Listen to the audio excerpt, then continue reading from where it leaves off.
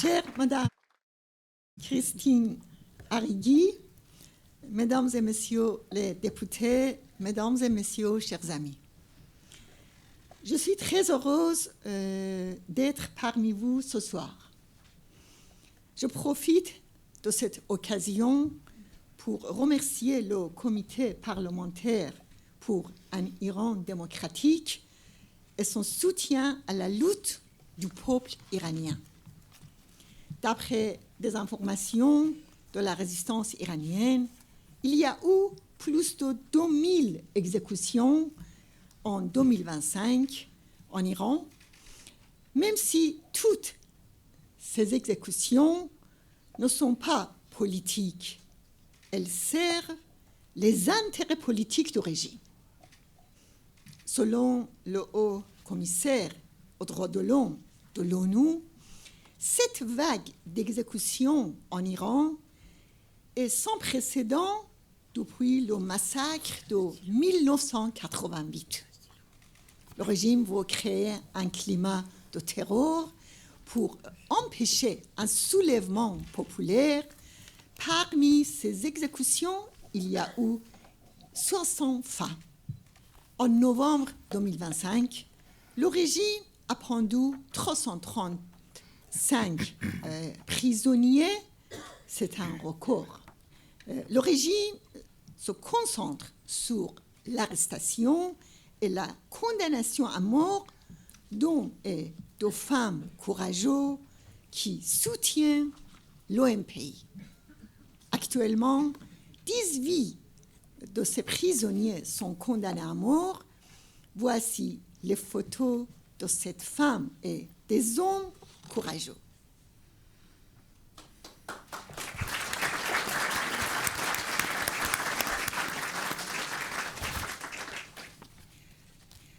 Le but de cette répression est d'empêcher les gens de rejoindre les unités de résistance. Cependant, ce qui se développe, ce n'est pas la peur, mais la résistance. Car la cité d'Ashraf III en Albanie est une source d'inspiration puissante pour la jeunesse insurgée. La vague de protestations continue dans les prisons avec la campagne des mardis non aux exécutions depuis 98 semaines et la grève de la faim chaque mardi dans 55 prisons. La résolution récente de la 3e commission de l'Assemblée générale des Nations unies qui a mentionné pour la première fois le massacre de 1988, montre qu'il est nécessaire pour la communauté internationale de se mobiliser contre ce régime d'exécution et de génocide. Des manifestations de toutes les couches sociales se développent aussi dans la rue. L'inflation élevée et la pauvreté, le pillage des richesses nationales dans les programmes d'armes nucléaires et balistiques, et la guerre et la répression ont augmenté le mécontentement. La crise est dans un point de non-retour. Le plus grave, c'est la pénurie de l'eau partout en Iran. C'est le résultat du détournement des ressources en eau pour enrichir les gardiens de la révolution et les fondations liées à Khomeini. La situation est si critique que le président du régime parle de vider Téhéran. En réalité, les structures du pays sont détruites. C'est pourquoi l'électricité est coupée si souvent et le niveau de gaz a diminué. La pollution de l'air fait aussi des milliers de victimes chaque année. Pour empêcher les soulèvements, le régime utilise aussi une propagande massive contre la résistance organisée et cherche à sommer la division et à discréditer l'opposition. La guerre de 12 jours en juin dernier a démontré la légitimité de la troisième voie proposée par la résistance organisée, c'est-à-dire la résistance iranienne. La solution n'est ni une guerre étrangère, ni la politique de complaisance, mais un changement de régime par le peuple iranien et sa résistance organisée.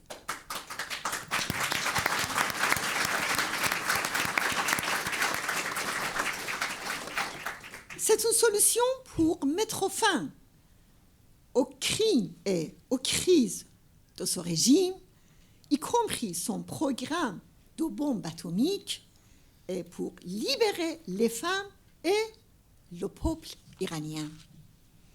Les pays occidentaux ferment les yeux sur les exécutions.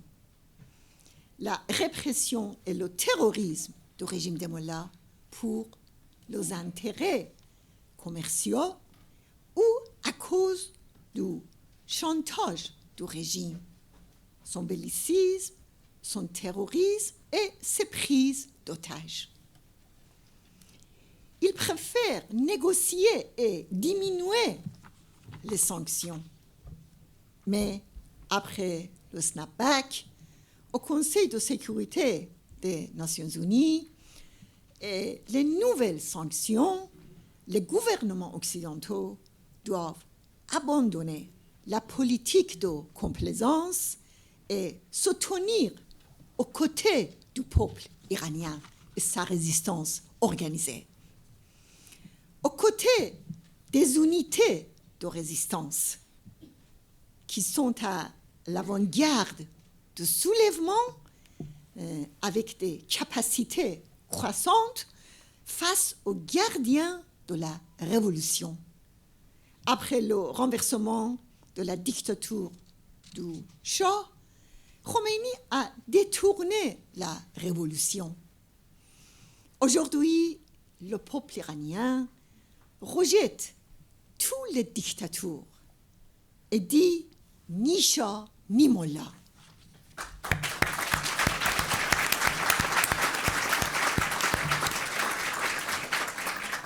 La résistance iranienne veut instaurer une république démocratique, pluraliste et non nucléaire, fondée sur la séparation de la religion et de l'État, une république fondée sur l'égalité entre les hommes et les femmes, la liberté de religion, l'abolition de la peine de mort, l'abolition de la charia des mollahs, l'autonomie du Kurdistan iranien et la fin de la production d'armes nucléaires.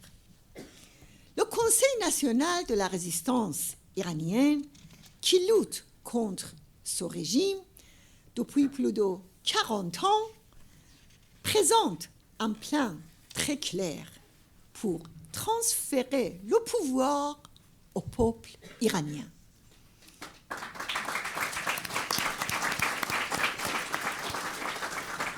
Le peuple iranien et sa résistance sont déterminés à instaurer un Iran libre pour la paix et la sécurité mondiale.